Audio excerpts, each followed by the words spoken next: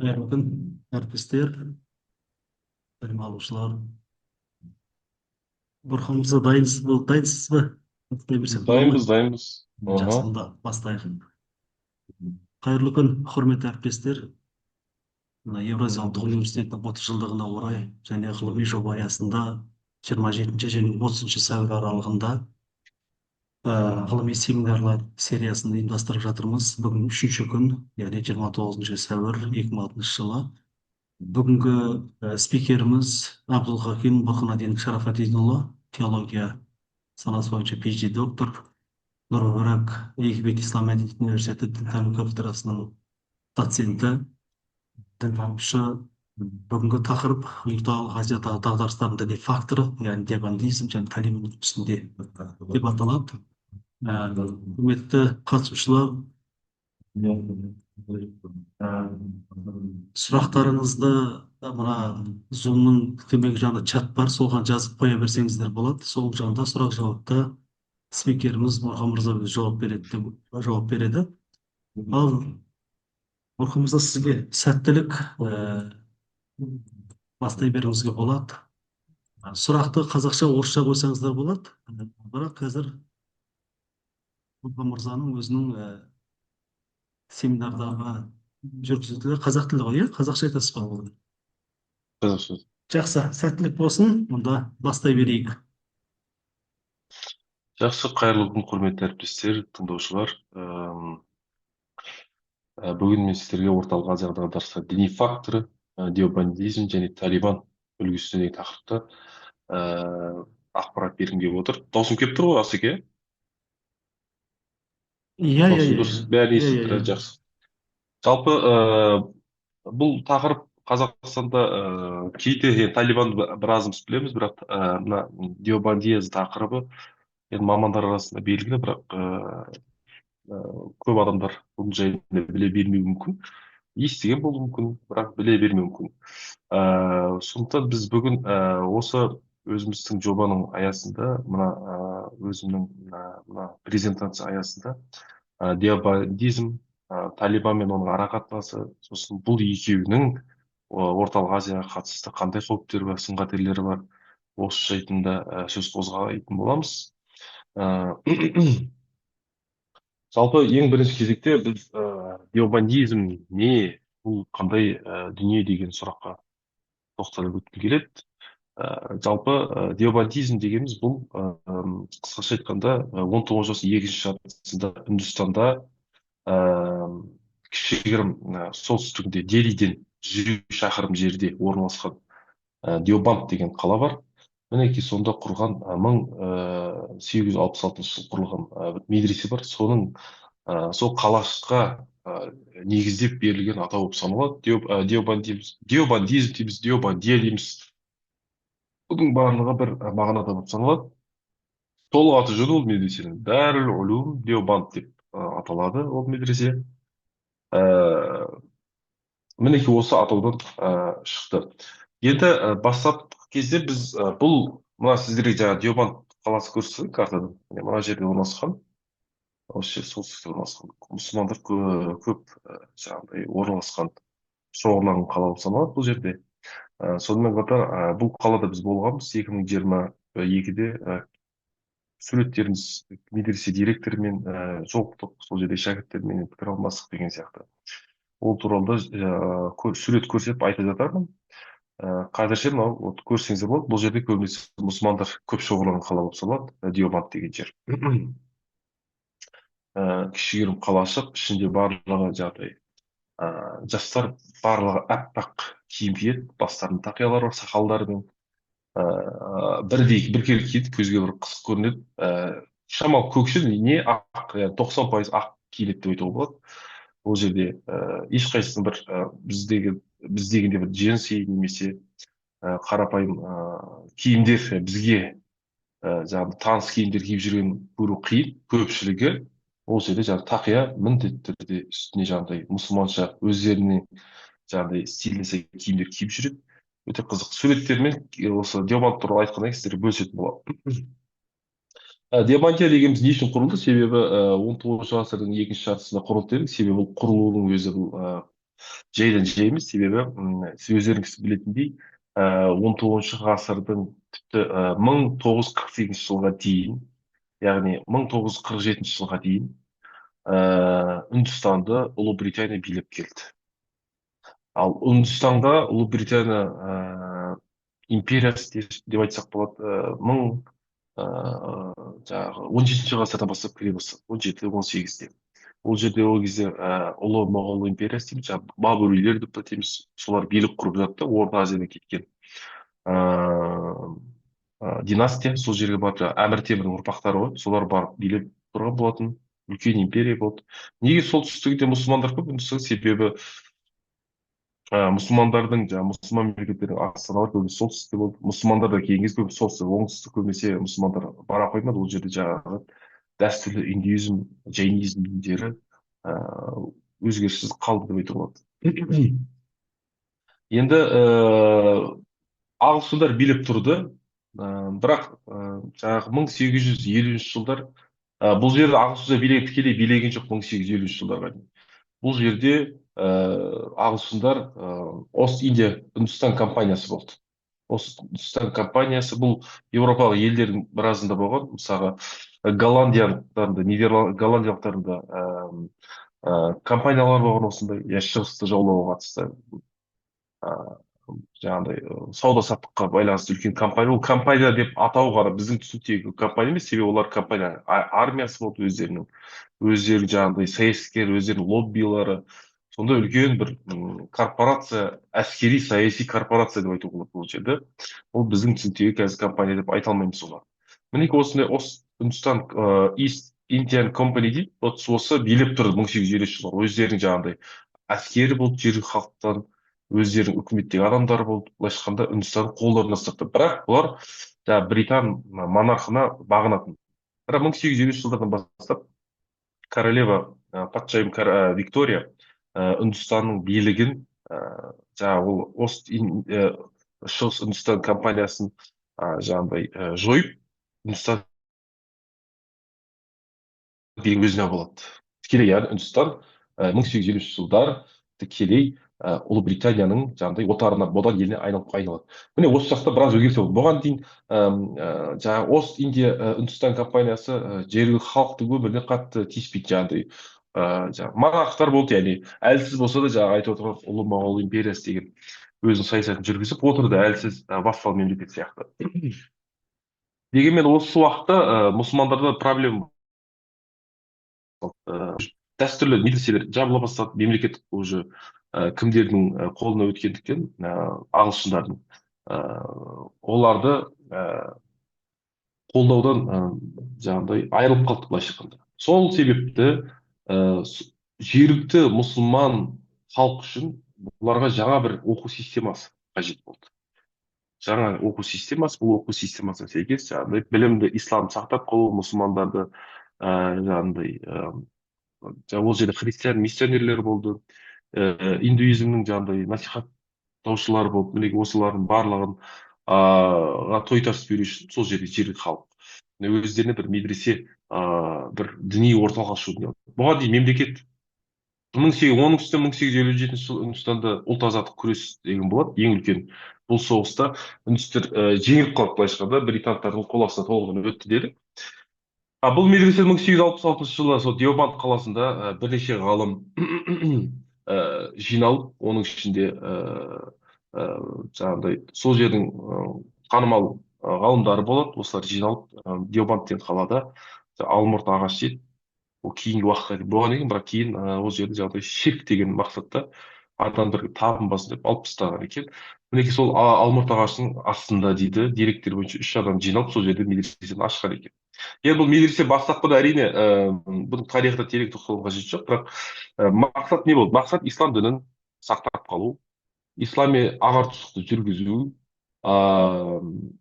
хадис пен құран дейді. Уахабизмге, біз білетін уахабизм, салафизмге жақын деп айта алмаймыз, бірақ олар да кірмекші болды негізі. Пакистан кірмекші болды, бірақ бұлар сопылықты мойындайды. Уахабизм, салафизм сопылықты мойындамайды, бұлардың арасында сопылықты мойындайды, тіпті сопылар да бар. Сопылыққа жақсы қарайды, яғни өздерінің көзқарасында дұрыс деп санайтын сопылық түріне жақсы қарайды деп айтуға болады. Таза сүннит болып саналады. Білесіздер, исламда шиит бар, сүннит бар. Бұлар сүннит. Ханафи мазхабын қатаң түрде ұстанады. Хадиске, Құранға қатты мән береді. Одан қала берсе, үстеріне киімдерінің өзі сүннетке сай киінуге болады. Жаңа айтып өткендей сақал, жаңағыдай міндетті түрде сақал, жеңі ұзын көйлек деген сияқты киіп жүру керек. Осындай нәрселерге қатты, яғни ханафи мазхабында сақал қою уәжіп болып саналса, сол уәжіп деп сол сақал қояды деген. Ә, бастапқыда бұлар әрине ағартушы, енді бұны біз не деп айтсақ болады, деобандия дегеніміз не деген кезде кейбіреулер ойлауы мүмкін бұны бір террористік ұйым немесе қозғалыс, немесе бір партия. Жоқ, бұны бастапқыда бұл жай ғана ағартушы бір медресе, орталық ретінде ашылды деп айтуға болады. Ары қарай, бірақ әрине бұның астында саясат та болды әрине бастапқыда, себебі бұл жерде жаңағы Үндістан тәуелсіздігін алу үшін бұның ішіне шыққан кейбір ғұламалар атсалысты. Үндістанның Ұлыбританиядан өз тәуелсіздігін алу үшін күресті. Саясатқа араласа бастады. Бастапқыда діни орталық болды, иә, түсінікті. Бірақ кейіннен саясатқа араласқанын көреміз. Діни идеология қалыптасты. Сол, бірақ бұны біз Деобандия мектебін бірінші ретте бір мектеп те айтсақ болады. Қозғалыс деп те айтуға келеді.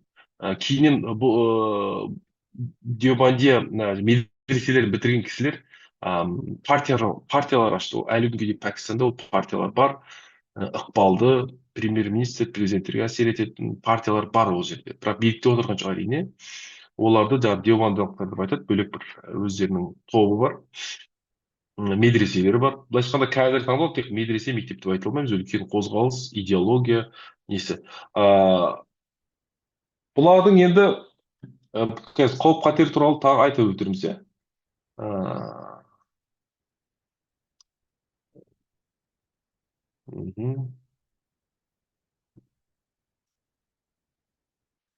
Диабандизмнің негізгі мақсаттарына тоқтайық. Бұл не деп айтсақ болады, исламды бастапқы таза күйінде сақтау, Құран мен сүннетке негізделген діни өмір салтын қалыптастыру, діни жаңашылдықтар мен жергілікті діни тәжірибе шектеу, мұсылман қоғамының моралдық тәртіп пен жауапкершілік күшейту, діни білім беру жүйесін дамыту арқылы қоғамды реформалау дейді. Яғни бізде кейбіреулер жаңағыдай айтуы мүмкін, негіздеп былай біз діни тұрғыдан таза алған кезде мына деобандияның Үндістанда болуы, жұмыс істеуі қалыпты жағдай. Бірақ біздің Қазақстанға бұл идеология сәйкес келе бермейді деп айтсақ болады. Себебі бізде кейбір жағдайлар болды, сол жерден оқып келген, деобандтан оқып келген. Өйткені деобанд деген медреселер тек қана бұл Пәкістанда емес, Үндістанда да, Үндістанда бар, Пәкістанда, Карачида бар, әлемде көп, Бангладеште бар, бірнеше оңтүстік Азия елдерінің біразында бар. Бұлар енді қатаң түрде шариғат ұстануға, қатаң түрде сүннетті орындауға шақыратын топ. Қазақ даласында ислам одан әлдеқайда басқаша. Біздікі біраз байсалды, әдет ғұрыпқа негізделген. Дін де бар, әдет ғұрып та бар. Жаңағыдай өзіміздің болмысымыз, діліміз дейміз, осындай дүниелермен қайнасып, өзімізге бір жаңағыдай дұрыс келетін, бірақ шариғатқа да қайшы болмайтын ислам дінін қалыптастырған. Мінекей, бірақ бұл түсінікке біраз қайшылау келетін айтуға болады. Себебі бізде айтқанымыздай кейбір ұстаздар солар болып, домбыраға қатысты кейбір сөз айтып, теріс көзқарас, мүсіндерді айтып, мынау не үшін тұр, мынау былай деп, оларды елден депортациялап жіберген сәттері болды. Сондықтан деобандия идеологиясы қазір Үндістанда, Пәкістанда жаңағыдай болып тұр, бірақ Қазақстанға сәйкес келмейді сияқты, менің көзқарасым бойынша. Ал бұндай қатаң жаңағы айтып отырғандай деобандия түсінігінің Үндістанда пайда болуының өзі де ол жайдан жай емес. Себебі Үндістанда білесіздер, қазір әлемнің ең жаңағыдай көп халыққа ие мемлекет болып саналады. 1,5 миллиард халқы бар. Иран, Қытайдан да озып кетті. Бұл жерде жаңағы өзге жаңағы негізгі дін өкілдері, индустардың өздері өте діндар. кейбір жерлерде радикалдау келеді. Яғни мұсылмандар менен индустар арасында ол жерде конфликттер, шиеленістер жиі болып тұрады. Қалыпты жағдай айналып кеткен тіпті. Бір бірін өлтіру, ұру, қатаң олардың да индустрияның өзі қатаң болады. Сондықтан мұсылмандар да осы бір 200-300 миллиондай мұсылман бар деп, кемінде 200 миллиондай мұсылман бар деп саналады. Үндістанда 250 миллион. Тіпті әлемдегі ең мұсылман көп ел ретінде саналады. Үндістан бұл жерде де жаңағыдай осы үлкен топтың қарсысында өздерінің бірегейлігін, діндерін сақтап қалу үшін бұлар да белгілі бір деңгейде қатаңдау болуға, радикалдау болуға мұқтаж сияқты көрінді маған. Үндістанға да барғанда байқағанымыз. Себебі олардың жаңа айтып отырған жергілікті дін өкілдері де қатты бір бейбітсүйгіш деп айта алмаймыз. Енді диаболин кластер сүннит ислам шигі қалыптасқан, оның өзінің ерекшеліктері бар дейді. Ханафи мазхабы дедік, матруди сенім, сенімді матруди, бірақ матрудиді біз енді исламда негізінен ашария матруди деп бөледі. Біз қазақтар орталық азияда көп матрудияны ұстанамыз ресми түрде, матруди ақидасы дейміз. Бірақ олар матруди ақидасы болғанмен олар ашариде де ұстана береді. Олар үшін ақида мәселесі қатты бір маңызға ие деп айта алмаймыз. Көбінесе хадис пен құран.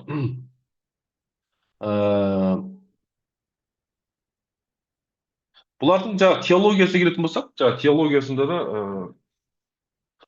айтып өткеніміздей көбінесе фиққа мән береді. Фиққа, яғни дәрет алу қалай, намаз оқу деген сияқты. Сосын ақидалық мәселелер көп тоқтала бермейді. Жаңағы матуридия сенім мектебі бар, сүннетке көбірек тоқталады деп айтуға болады. Сүннетке көбірек жақын. Бірақ өздері әрине ханафи мазхабы деп ұстанады. Сосын оның үстіне халықтың да қатты бір діндар екенін барған кезде көрдік. Ерекшеліктеріне тоқталатын болсақ, олар басты діни нормаға қатаң ұстанады дедік. Білім мен тәрбиенің орталық рөлін мойындайды. Медресе жүйесі арқылы кадр дайындау, қоғам діни құндылықтар негізін реттеу, жеке тұлға моралдық жауапкершілік күшейту. Таралған жері Пәкістан, Бангладеш, Ауғанстан жерлерінде. Мына жерде сіздерге бір-екі сурет көрсетейін. Мынау Деобанд қаласындағы Дәрі Улум Деобанд медресесінің бас ғимараты. Көріп отырсыздар. Бұл ғимаратта мынау аудитория дәріс алып отырған студенттер. Кейде көрдіңіз, байқасаңыздар, жерге отырып оқиды екен. Мына суретті мен өзім түсіргенмін. Мына жерде ұстаз отырады, осылай оқиды. Білім жүйесінде қызықты, бұлар Хорасан системасы ғой, жүйесі бұрынғы ескішіл жүйе. Біздің қазақ даласында да болды, жаңағы Бұхарада неде оқыды ғой, Мирар. Ол жерде де сондай жүйе болды, бәрі бір жүйе деп айтуға болады. Мысалы, бұл жерде жүйенің ерекшелігі, бұлар бір кітапты басынан аяғына дейін оқиды. Оны бітірмей, бұл нені аяқтамайды деген сияқты. Кітап бойынша жүреді. Бізде қазір жүйе бойынша біздер кітаптар басынан аяғына дейін оқымаймыз ғой. Біздер өзімізге қажетті жерлерін ғана оқимыз. Кітаппен танысамыз. Әрі қарай студент оны оқыса оқиды, оқымаса оқымайды деген сияқты. Бірақ негіз Деобанд медресесінің өзі бұл өзінің дәуірі үшін жаңашыл, революциялық деп айтсақ болады. Үндістан үшін сондай медресе болған себебі бұлар бұрын норма болмаса, бұлар жаңағыдай бастауыш, орта, сосын жаңағы жоғары сынып деген сияқты категория беріп, 11 жыл, 6 жыл осыны оқиды, 3 жылынан деген сияқты. 10 жылдық өздерінің жүйесін қойып сөйтіп жасаған. Сондықтан олардың өз ішінде бұл үлкен бір жетістік деп айтуға болады.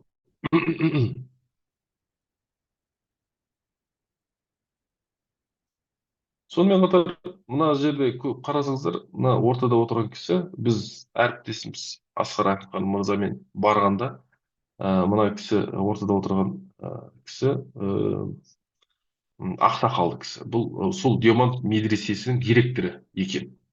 Үлкен Деобанд медресесінің директоры. Бұл екінті намазынан кейін өзінің шәкірттерге сабақ береді екен. Яғни қосымша сабақ дейміз, сол сияқты айтып отырады. Осы жерде біз барып танысып, сөйлесіп, сұхбаттастық. Бірақ бұл кісінің айтуы бойынша жаңағыдай қазіргі таңда бұл үлкен тарихи үлкен кітапханаларын көріп өте ескі құнды жаңағыдай мәліметтер бар көрінеді. бірақ бұлардың директордың айтуы бойынша қазіргі таңда қысым жоғары. яғни қазіргі үндістан билігі, премьер-министрі, оны білетіндер біледі, біраз индуист діндар адам. Ол кісі жаңағыдай исламға қатты жаңағыдай бір исламды өзіне дұшпан көретін сияқты. Тіпті мысалы мынандай жағдай болды. Біздер Дели қаласында таблиғи жамағат дейміз ғой, таблиғи жамағаттың штаб-квартирасына барған кезде, штаб-квартирасының бас ғимаратына барған кезде, сол жерде кіріп жатқан кезде біз қасымыздағы гид жігіт дәрет алатын жерден былай кірдіңдер, шығатын жерде ол жерден шықпаңдар, мына жақта шығыңдар деп басқа жақты көрсетті. Себебі үндістан билігі камерамен бақылап қарап отырады екен, кірген шыққан адам кім кіріп жатыр, кім шығып жатыр деген сияқты. Солай деп бізге көрсеткен болатын. Енді біз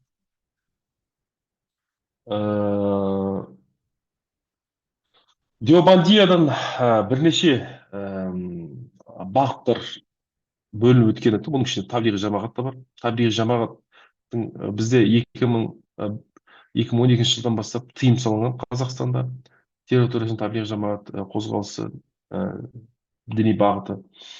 Бұрын бізде еркін қызмет атқара беретін, бірақ аталмыш жылдан кейін олар өздерінің әрекеттерін ресми түрде астыртын болып жатқан болуы мүмкін, бірақ ресми түрде ешкім олар заңмен қудаланады. Таблиғи жамағат 1828 таблиғи жамағат Деобандыдан бөлініп шықты.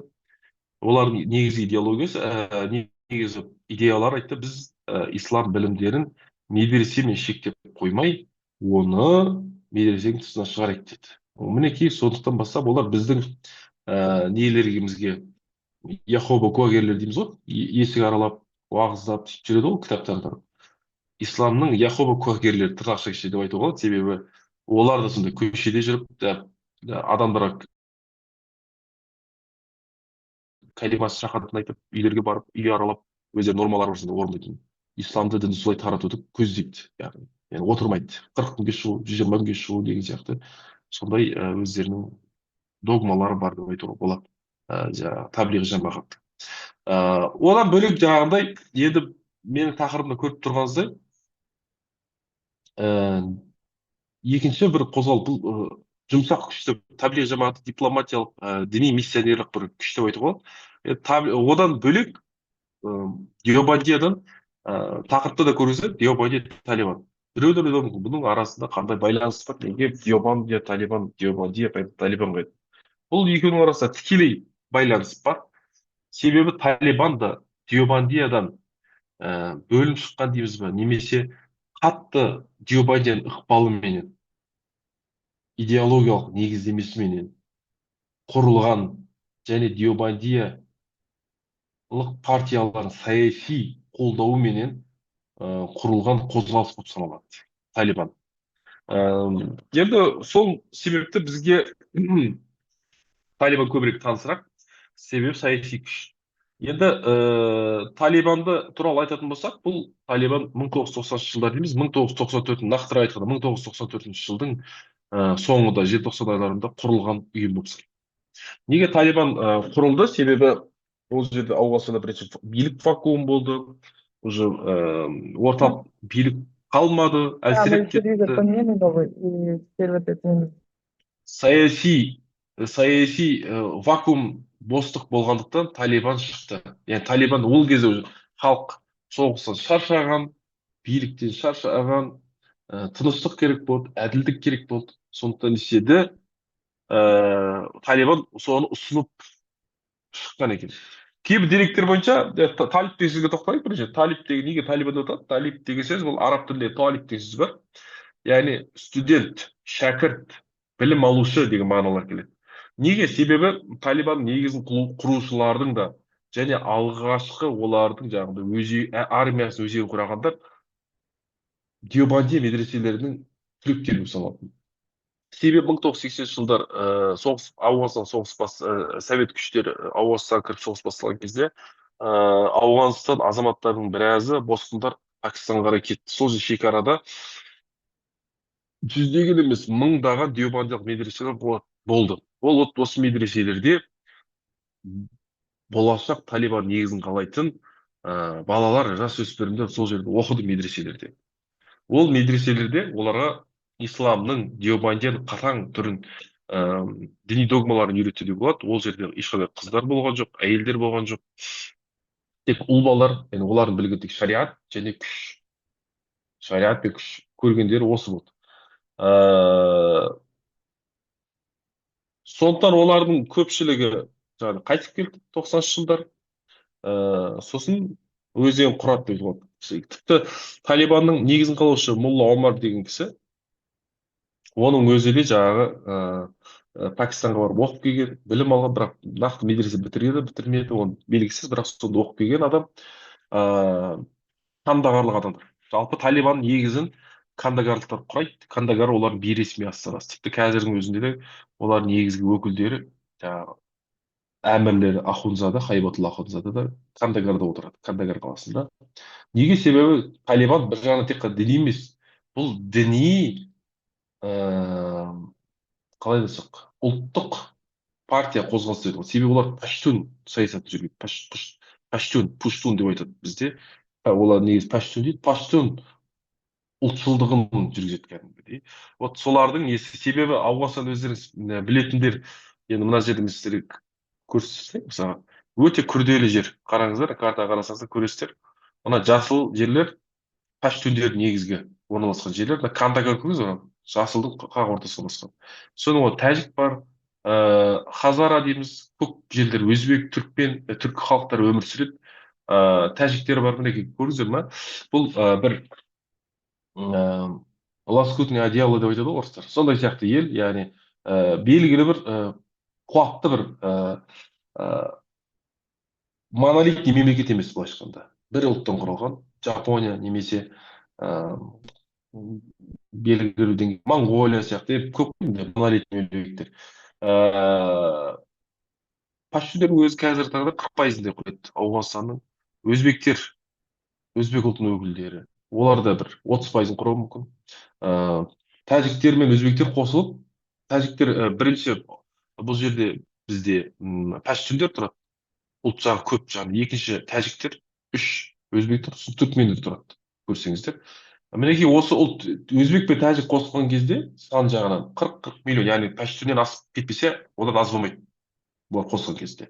Сондықтан паштундер аз болғанымен, бұл соғыстардың, әрқашан соғыстардың болуы, дағдарыстардың болуы, тұрақсыздық орнылу, бір жағынан осы Ауғанстанда ұлттық рухшылдық мәселесімен де тығыз байланысты. Себебі бір ұлт жоқ, бәрін басқарып, қадағалап отыратын. Сондықтан Талибан жай ғана діни емес, бұл ұлтшылдық негізінде де құрылған қозғалыс деп айтуға болады. Бұлардың бірақ Талибанның бір ерекшелігі, Талибан Аль-Қаида немесе 2014-те құрылған ислам мемлекеті террористік ұйымы немесе Хизбут Тахрир сияқты олардың бір айырмашылығы, бұл Талибан әлемдік амбицияға ие бір қозғалыс емес. Олардың мақсаты Ауғанстан территориясы. Ауғанстан территориясын әмірлік құру және сол жерді басқару. Яғни олардың идеологиясы, негізгі идеология тірегін қарайтын болсақ, бұл жерде бір сыртқы экспансия, былай жайлайды деген ниеттер байқалмайды. Бірақ әрине іштерінде болуы мүмкін, бірақ олар бірінші ретте өздері Ауғанстан территориясын қамтиды. Вот қазір таңда осы себепті олар ислам мемлекеттің қазір бұрынғы террорист ұйымның Ауғанстанда ислам мемлекеті Хорасан деген жаңағы филиалы бар. Солардың өкілдерімен қарсы, олармен былайша соғыс жағдайында деп айтуға болады. Себебі екеуінің идеологиясы екі түрлі. Жалпы мынау Талибанда Деобанди айтып өткендей Ханафи мазхабын ұстанады, дәстүрлі ислам құндылықтарын мойындайды, діни білім алады. Бірақ Деобандидан айырмашылығы, Деобанди біраз ағартушылық діни медресе ретінде ашылса, Талибан бұл бастапқыдан бастап саяси жаңағыдай ұйым ретінде ашылды. Деректерге қарағанда 1994 жыл қазан айында молла омар медресе тұрған кезде бір сол жердегі әскер, яғни биліктің екі әскерлері екі қыздың намысын қорғайды. Сол қыздың ата анасы келіп молла омардан өтініш сұрайды екен, бізге көмектес, осындай әділет орнатып бер, себебі бізді жаңағыдай қорлады біздің қызымыз деп. Сосын олар барып жаңағы қолдарына қару алып, яғни аяқ астынан барып әскерлерді алып, оларды жазалап, олардың денелерін, өлі денелерін танкінің оқпандарына байлап қояды екен. Осыдан бастап Талибан қозғалысының бастау осыдан алады деп айтады. Yani бастапқы кез бір былайша кішігірім оқиғадан басталды ғана айтуға болады. Мінекей осыдан кейін олар небәрі қазан айында басталса, небәрі 3-4 айдың ішінде Ауғанстанның яғни солтүстігі тұсында, жаңағы өзбектер мен тәжіктер орналасқан тұсында, мына жерде барлығын 60-70% басып алады. Оған әрине Пәкістанның да биліктері басы, тіпті ақш-тың өзі де көмектеседі, себебі стратегик мекен, бұл жерде құбырлар өтеді, қолдау көрсеткен екен бастапқыда. Және бұл жерге деталь тоқталудың қажеті жоқ. Енді бұлардың негізгі идеологиясы ханафиттік, мәтуридийлік, қатаң, диобандияның қатаң түрі, саяси, диобанди саяси бір келбет деп айтуға болады. Бірақ диобандтарда біраз білім, ғылым, тереңдік болғанмен, бұларда өкінішке орай тек медресе бітірген немесе бітірмеген, әйелдерге қатысты да бұлар саясат айтып жатыр. Неге әйелдер сонша не қылады, бетін жапсын, жұмысқа кіргізбейді, жұмыстан шығарады, ешқандай қоғамдық өмірге араластырғысы келмейді деген сияқты мәселе. Себебі бұлардың да айтып өткен барлығы ер балдар, медресе оқыған, әйел затын көрмеген, араласпаған, білмеген, медреседен басқа нәрсе көрмеген. Әрине бұл жерден басқа не күтуге болады, әйелдерге қарсы сондай туа біткен бір өшпенділік бар сияқты. Сондай қалыптасып тұрып қалған, әйел күнәһар, әйел күнәнің бастауы, әйел жаман деген сияқты. Білесіздер, 2001 жылы биліктен қуылды, 2021 жылы 20 жылдан арадан 20 жыл өткенде тура қайтып кетті билікке. Бірақ бұл жолы өзі Талибан қайтып келген кезде басқаша түрде қайтып келді. Неге бұл жерде негізінен енді Ауғанстан не үшін бір сұраққа тоқталғым келеді, неге Ауғанстанды бұлар ұта алмады деген сұрақ туындайды. Америка жалпы Ауғанстанды империялардың қабірі, моласы деп атайды екен. Себебі бұл жерде одан алып ағылшындар барып баса алмай кеткен. Совет өкіметі барып та олар да жаңағыдай ұятты жағдайда шығып кетті. Америкалар тіпті жаңағыдай өздеріңіз барлықтарыңыз көрдіңіздер, олар да аяқ астынан 20 жылдан кейін кетулеріне мәжбүр болды өте қысқа уақыт ішінде. Неге десеңіздер, себебі таулы аймақ, көп адамдар, урбанизация өте төмен, ауылдық жерде тұрады. Ол жерде орталық билік әрқашан ол жерде әлсіз болған. Ал сен бір жерде оккупация отарлау үшін сен бір үлкен қалаларды аласың, саған бағыну керек. Мысалы, Ирақты басқару оңайырақ деген сияқты. Монолиттік мемлекет емес, өте көп ұлттар бар, өздерінің тайпа лидерлері бар. Сондықтан бұндай жерді басқару, сен Америка жаңағы әскерлер бұл жерде қалаларды басқару мүмкін, қалаларда болуы мүмкін, бірақ ауылды жерлерде не істейді? Тәліптер өздерінің үгіт насихатын жүргізе берді. Олар тәліптерді қолдады қарапайым халық. Сондықтан 2021-ге дейін олар өздері өміршеңдіктерін сақтап қалды. Тіпті Американы қуып шығарды. Қазіргі таңда өзгерістер бар. Талибан уже 90 жылдардағындай жаңағыдай ол кезде қатты қатыгез, жабайы, солай сияқты көрінеді ғой, биліктен мақұрым өркениетті. Қазіргі таңда олардың өздерінің пресс-секретарлары бар, ағылшынша сөйлейді. Барлық билік өкілдерін дерлік, мына жерде көп қойдық, билік өкілдерін дерлік Twitterде, қазір X әлеуметтік желісінде өздерінің аккаунттар бар, сол жерде жазып отырады, ағылшынша біледі, шетелге барады, Қазақстанның өз дипломатиялық қарым-қатынас орнатты, біз ол жерге ұн жібереміз, тағы басқа дәнді-дақылдар жібереміз. Біздің ресми өкілдер де барып Ауғанстанға барды, Ауғанстаннан бізге келіп жатыр, Астанаға, Ресейге барып жатыр, елшісі бар бізде, дипломатиялық қарым-қатынас орнатып толықтай Ауғанстанмен. Былайша айтқанда біздің олармен қарым қатынасымыз қазіргі таңда жүріп жатыр, қарқынды жүріп жатыр деп айтуға да болады. Себебі біздің Қазақстан ретінде біздің ол жерде мүддеміз, ол жер ыыы сауда саттық, экономикалық жағдай. Біз ол жерде халқы көп, 40 миллионға жақын халқы бар. Демек олардың бәріне ас керек, тамақ керек, технология керек.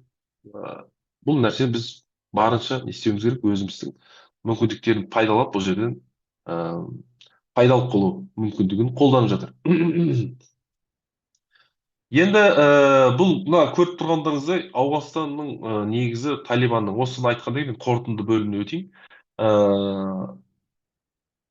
әмір деп айтамыз, жоғары әмір Хайбатулла Ахунзада, жоғары көсемі. Бұл Кандагарда отырады, бірақ бұл мүлдем адамдармен жолыққан суреті жоқ. Тіпті бұның видео түгел суретінің өзі жоқ.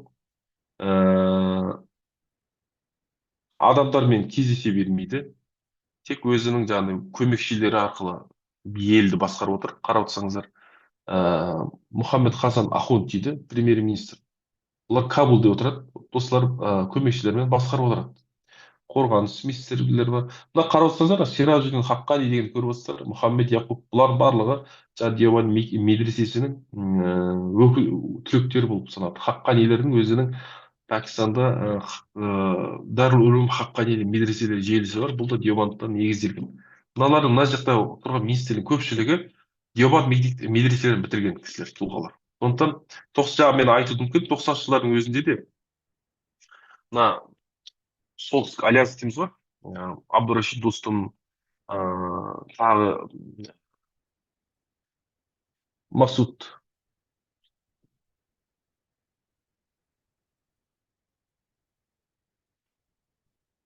Ахмадшах Масудтың әскерлерімен соғысып Талибан отырып жатқан кезде Деобандтың медреселері, сол жердің директорлары медреселерді екі үш ай жауып, студенттердің бәрін Ауғанстанға жіберген, жаңағы талибтермен арасында соғыссын деп.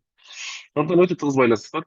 Тіпті Самиюл Хақ деген Деобандтардың жаңағы Пакистандағы өте ықпалды Деобанди ғұлама, соның өзі де жаңағы Молла Омарды өзінің саяси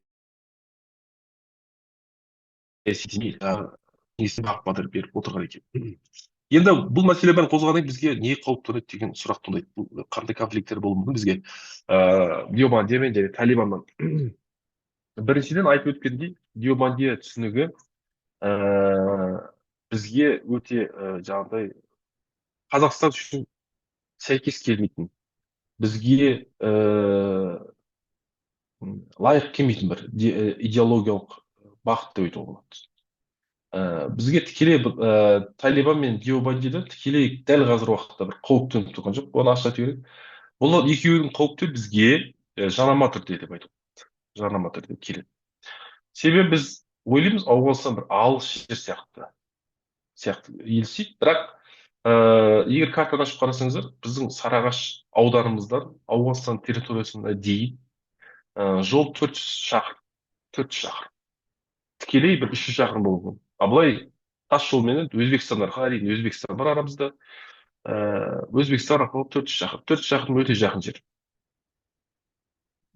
Жақсы көлікпен ол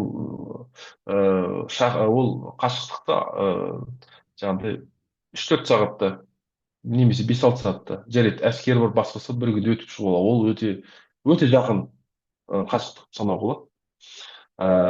Сондықтан оның үстіне Талибан келгеннен кейін Ауғанстан жерінде сырт көзге тұрақты болып көрінген дестабилизация, тұрақсыздық, саяси тұрақсыздық бар. Ол жерде қазір ислам мемлекеті Сириядан қашқаннан кейін сол жерде Хорасан ислам мемлекеті деген бар, жарылыстар ұйымдастырып тұрады. Одан бөлек жаңағыдай Өзбекстан ислам ұйымы деген жаңағы 90-шы жылы құрылған террорист ұйым бар, ол да Ауғанстанда құрылады. Тәжікстанға қатысты тәжік ұлт өкілдері құрған террорист ұйым. Былайша айтқанда біраз ұйымдар ол жерде әрекет етіп жатыр. Әл-Қаидадан бастап. Ол жерде бар.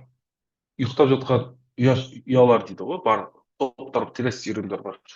Оның ішінде белсенді әрекет етіп жатқандар. Тіпті кейбір деректерде Талибанның өзі Әл-Қаида басқалармен іс-әрекеттесіп отыр деген сияқты. Бұлардың бәрі бізге өте потенциалды қауіп. Әрине дәл қазіргі таңда ол нәрсе бізге жоқ сияқты, білінбейтін сияқты көрінуі мүмкін, бірақ ол қауіпті деген дереу ғана бізге жетуі әбден мүмкін. Ол әрине ол жерде сақтық ешқашан бізге артықтық етпейді. Одан бөлек әрине ауғанстан мемлекеті бірнеше рет жариялады, біздер көршілерімізбен қақтығысқа кіргіміз келмейді, бізге жаңағы бейбітшілік керек, тағы басқа деген сияқты. Әрине бұл мәлімдеме өте маңызды, бірақ ыыы егер жаңағы не дейді ғой, бейбітшілік қаласаң соғысқа дайындал деген нақыл сөз бар ғой, ол өте маңызды. Осындай бізге террористік ұйымдардан бізге қауіп бар, діни идеологиялық жағынан қауіп бар. Бір нәрсе Ауғанстанның өзінде бір нәрсе бола қалған жағдайдың өзінде аштық, мысалы оларда аштық мәселесі бойынша проблема болады. Босқындар мәселесі ағылуы мүмкін. Өзбекстан арқылы Қазақстанға деген сияқты. Бұл да біз үшін үлкен проблема, босқын мәселесінің өзі. Сол сияқты осындай мәселелерді айтуға болады. Ә,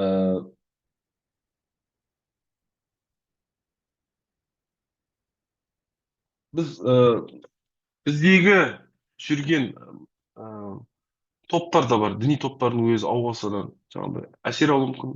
Сондай, білмеймін, революция, әмірлікті біздерде іске асыруға ұмтылуы мүмкін. Бұның барлығы әрине бізге қауіп. Мына жермен жазып қойғанмын, осылардан өздеріңіз оқып отырсаңыздар болады.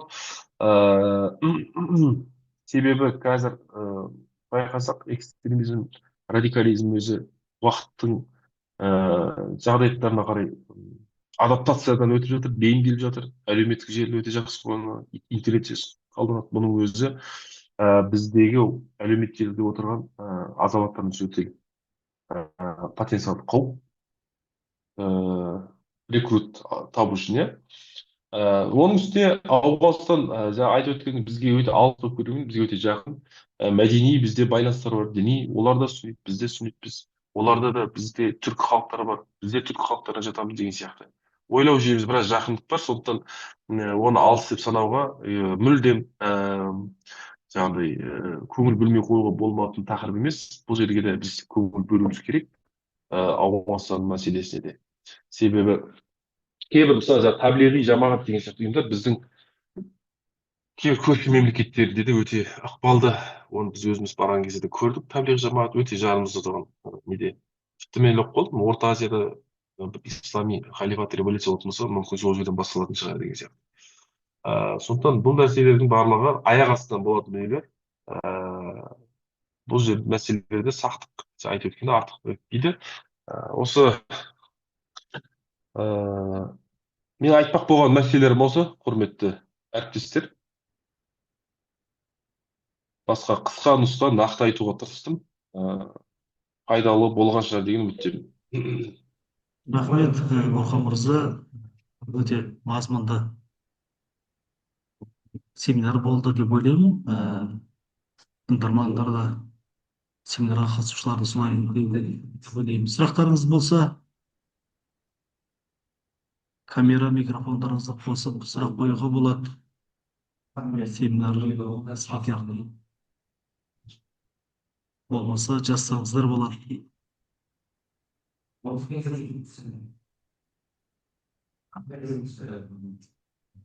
Жақсы, сұрақ жоқ сияқты.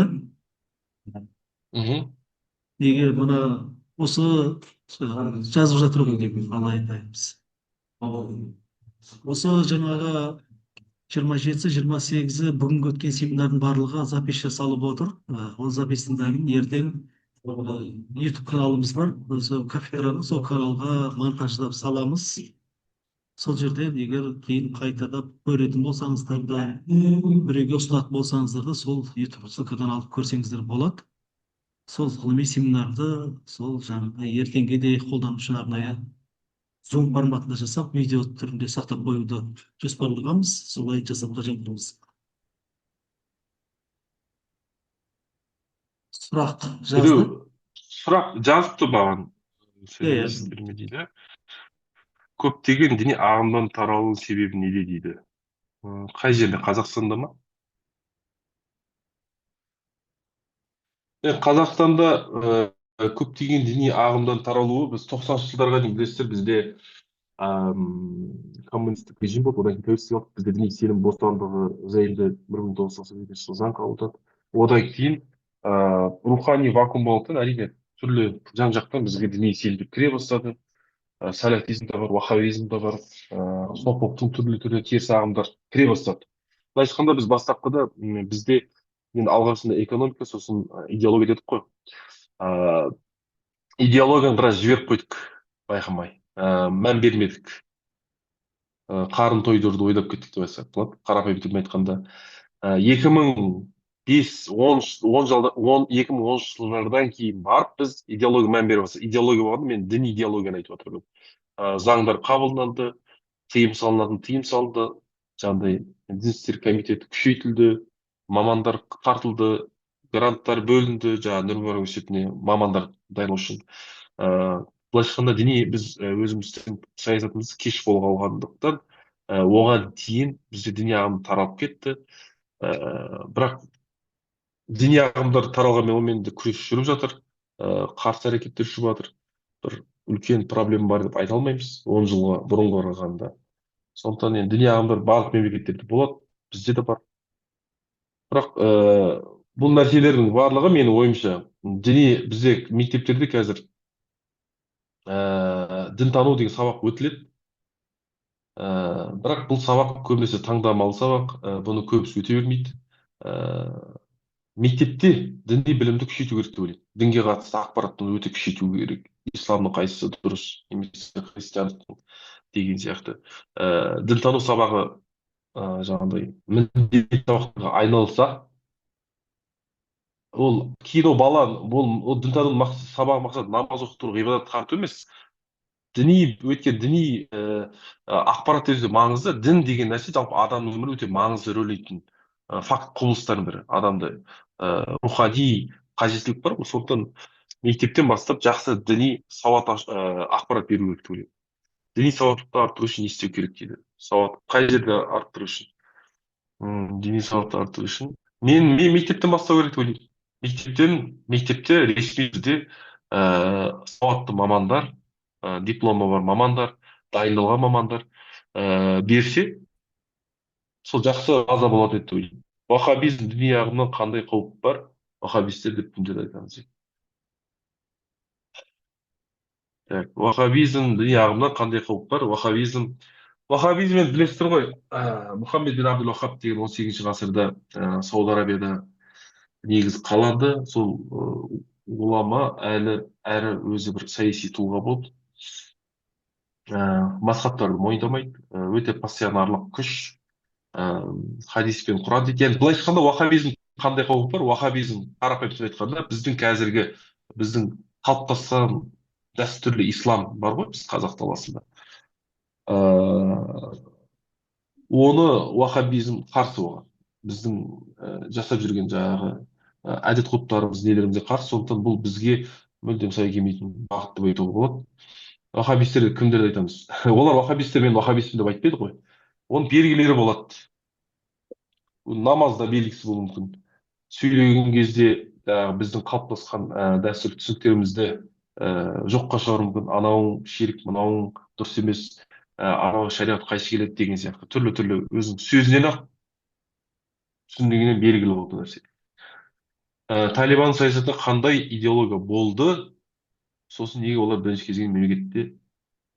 кезеңде мемлекет басқара алмады? Талибан саясатында қандай идеология? Саясатында діни идеология. Олардың мысалға жазған кітабы бар. Абдул Хаким Хаккани деген, қателеспесем, қазір жоғарғы сот басшысы сол жерде. Талибанның жүйесі деген бір кітабы бар жазған. Сол жерде олар айтады, жаңағы алғашқы халифалар Омар, Осман, Әлидің биліктерінен олар үлгі алады. Қалай басқарды, қалай не қылды, кәдімгі негізгі ислам шариғат қой әрине. Бірақ бұлардың шариғаты, бұлардың идеологиясы Ауғанстан терроризміне шектеулі.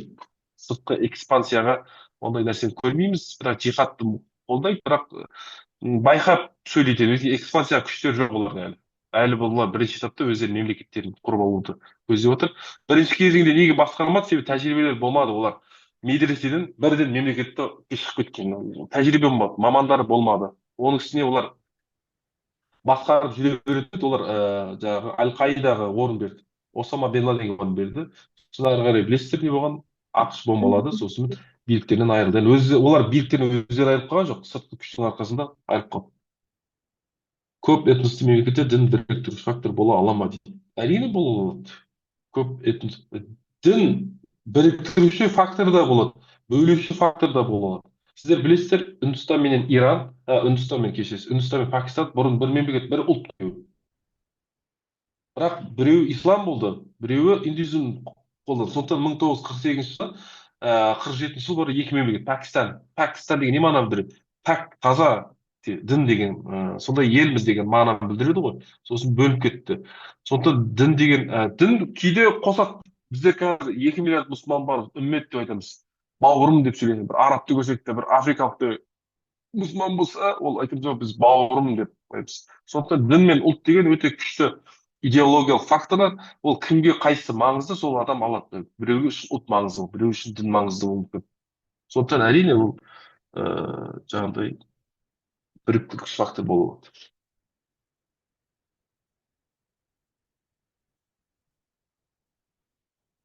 Бізде мысалға дін біріктіру фактор бұл бір несі айтып едім. Бізде мысалы халықаралық ислам жаңағы Рабитат Ислам Алямия дейді, халықаралық ислам ұйымы бар, ислам мемлекеттер ұйымы бар, 53 мемлекет мүше, соның бірі Қазақстан.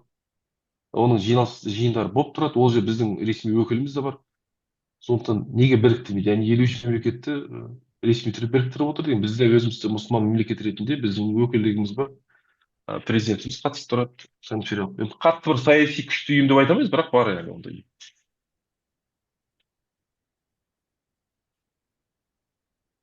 Сұрақтар, маған келіп сұрақтарға жауап бердім. Басқа сұрақтар болса, не қылайық, болмаса.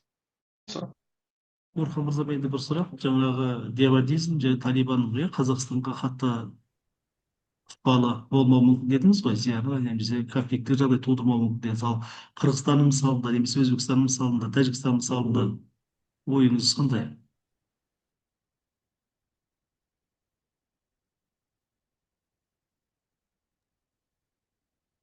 Ау, Естілмей қалды ма? Қазақстан, естідім.